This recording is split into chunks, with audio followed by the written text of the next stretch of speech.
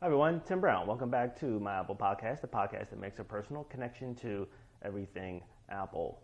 For this episode, I want to focus on the Apple TV. I want to give you an introduction for those of you who have never used it before and who are looking to integrate it into your Apple experience. As you know, Apple introduced continuity, a concept that basically is moving closer and closer toward unifying our experience across all of our devices. This is going to happen with Yosemite and with iOS 8 and the introduction of iCloud Drive. If you're excited about those developments, then you probably want to start thinking about the Apple TV as being integral to everything you do with your Mac and your iPad and iPhone. This episode, I'm just going to give you an introduction so you can just get an idea of what the Apple TV experience is like and what you can even look forward to based on what you can do thus far. So right now you're looking at my monitor. I have cable hooked up and I have the Apple TV, which is a little black box, plugged into the second HDMI port. So I'm going to go ahead and use the remote for my monitor and connect to the second HDMI port that I have set up. So I'm going to go ahead and just hit source and then scroll down to the second HDMI port, and it's going to immediately bring up the Apple TV. The Apple TV is controlled by a little monitor, a little remote that looks like this, just a small little silver device. You used to get this all the time with your Mac. I'm going to go ahead and just press on the power button, and this is the general interface that you get when you first turn the Apple TV on. You also see you can access movies, as in iTunes, TV shows, music, and even iTunes Radio. So when you're logged into your iTunes account, you can actually pull up all the stations that you have set up on your iOS devices that, if you have a Mac, you know that those stations also sync to your Mac as well. And now with the Apple TV. So for example, if I go ahead and just click on one of my stations, I'm actually going to go up to Blue Note. It will play the station Blue Note that I set up using my iPhone actually. So here I'm playing a pretty cool song by Sonny Clark. And again, it's the same seamless experience as if I was listening to the same station on my iPhone. So you just hit the menu button to go back. And you'll notice that even while you're going back and browsing through all the other categories, the music is still playing in the background. So you can still enjoy the music as you're browsing through all the different areas. And you just keep pressing the menu button. It takes you back to the main page, basically, or the main menu. And you can continue scrolling through other categories. So the iTunes music category really is a convenient feature to have.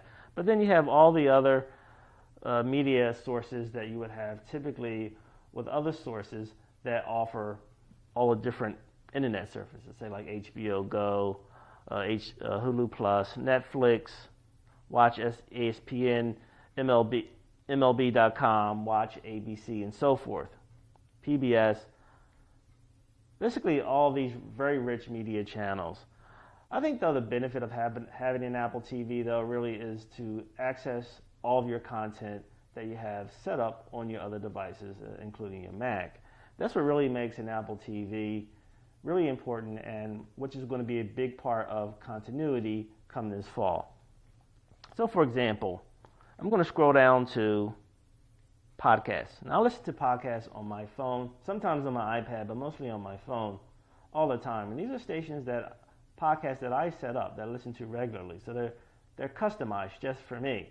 Well, when I'm logged into my iTunes account on my Apple TV, I can access those same stations. So if I press on podcast here, you can see a list of all of my podcasts that I have set up on my iOS devices. So, for example, if I want to listen to i5 for the iPhone, for example, with Sarah Lane, I can go ahead and just bring that up on screen, select the latest episode, hit play, and all of a sudden, i5 for the iPhone is playing on my Apple TV, and I don't have to watch it on my iPad or my iPhone. It's all the same experience. And if I stop midway, say I've only listened to half of the episode on my iPad, well, it will pick up right where I left off right on my Apple TV. So believe it or not, continuity really is already there. It's just going to get better when Yosemite and iOS 8 are released. I'm going to go back to the main menu. So the syncing of the podcast, iTunes Radio is really what really makes some of these features worthwhile having when you have an Apple TV. That is, if you have a Mac and iOS devices and you're looking to extend that experience. There's also iMovie Theater. I'm not logged into it yet, but iMovie Theater was a feature that was introduced for the Mac and for iOS with iMovie. Basically, any project that you create, you can save it to the cloud, or what Apple's calling iMovie Theater, and I can access those same projects right here on the Apple TV, as well as iCloud photos. So there really is a great benefit to having an Apple TV if you're looking to extend that sort of continuous experience, or what Apple's calling continuity.